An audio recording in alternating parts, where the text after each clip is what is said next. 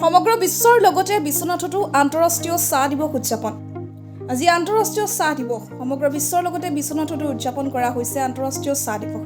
Federation of India tea manufacturers এছ'চিয়েশ্যনৰ উদ্যোগত Assam bought leaf tea manufacturers association, north Bengal tea producer welfare association আৰু Nilgiri bought leaf tea manufacturers এছ'চিয়েশ্যনৰ সহযোগত বিশ্বনাথত আন্তঃৰাষ্ট্ৰীয় চাহ দিৱস উপলক্ষে বিশ্বনাথৰ চক্ৰ বিষয়া কাৰ্যালয়, জিলা আয়ুক্ত কাৰ্যালয়, জিলা আৰক্ষী অধীক্ষক কাৰ্যালয়, বিশ্বনাথ মহাবিদ্যালয়, জিলা চিকিৎসালয়ৰ লগতে বিশ্বনাথৰ বিভিন্ন স্থানত চাহ আৰু বিস্কুট বিতৰণ কৰি আন্তঃৰাষ্ট্ৰীয় চাহ দিৱস উদযাপন কৰে।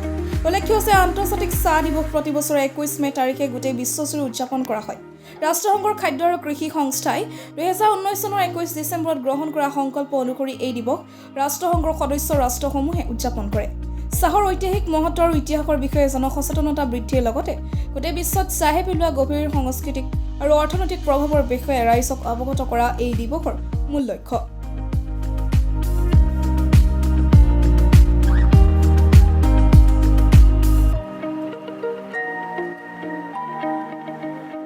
আৰম্ভ হৈছিল 2020 চনৰ পৰা আৰু ইউনাইটেড নেশ্যনে আন্তঃৰাষ্ট্ৰীয় চাহ দিৱসৰ ইম্পৰ্টেঞ্চটো জেনেৰেট কৰিছিলে। ফেডাৰেশ্যন অফ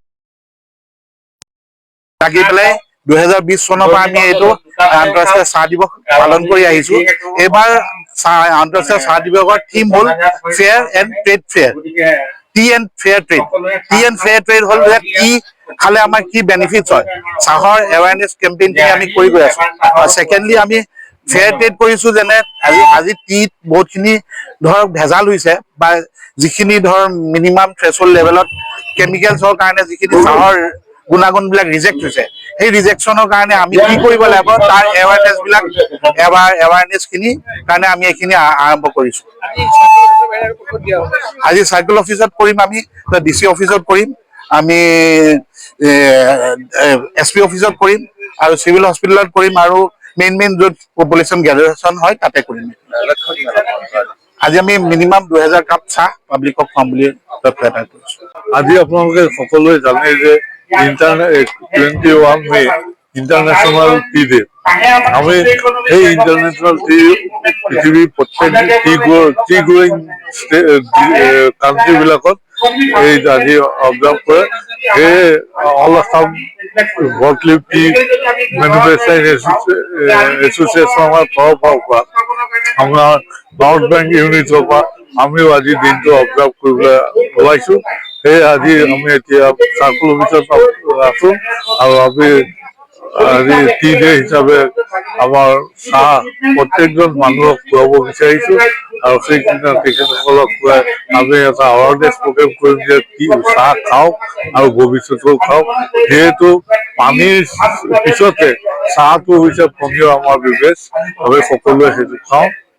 আৰু আজি এই দিনটোৰ এখন প্লেটফৰ্ম পাইছো আমি ৰাইজক কথা কবলৈ যে টি আমাৰ যিখিনি টি ছেক্টৰৰ লগত ৰিলেটেড আমাৰ কৰ্মচাৰী, প্ৰডিউচাৰ আৰু এই ইণ্ডাষ্ট্ৰিয়েল যিখিনি কৰ্মচাৰী, তেখেতসকলক আমি আজিৰ দিনটো সন্মান কৰিব পাৰিছো।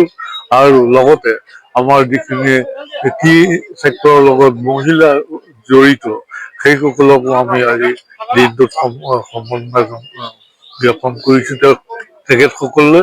আৰু লগতে আমাৰ এই চাহৰ উদ্যোগ, চাহে আমাৰ ৰুৰেল ডেভেলপমেণ্টত ইকনমিকত বহুত সহায় কৰিছে। যিহেতু আপোনালোকে দেখিছে আজি চাহ খেতিয়ক গঢ়ি উঠিছে গাঁৱে গাঁৱে আৰু সেই চাহৰ পাত বিক্ৰী কৰি তেখেতসকলৰ ইকনমিকেল ষ্টেটাছ আগৰ গাঁৱতকৈ বহুত উন্নত হৈছে।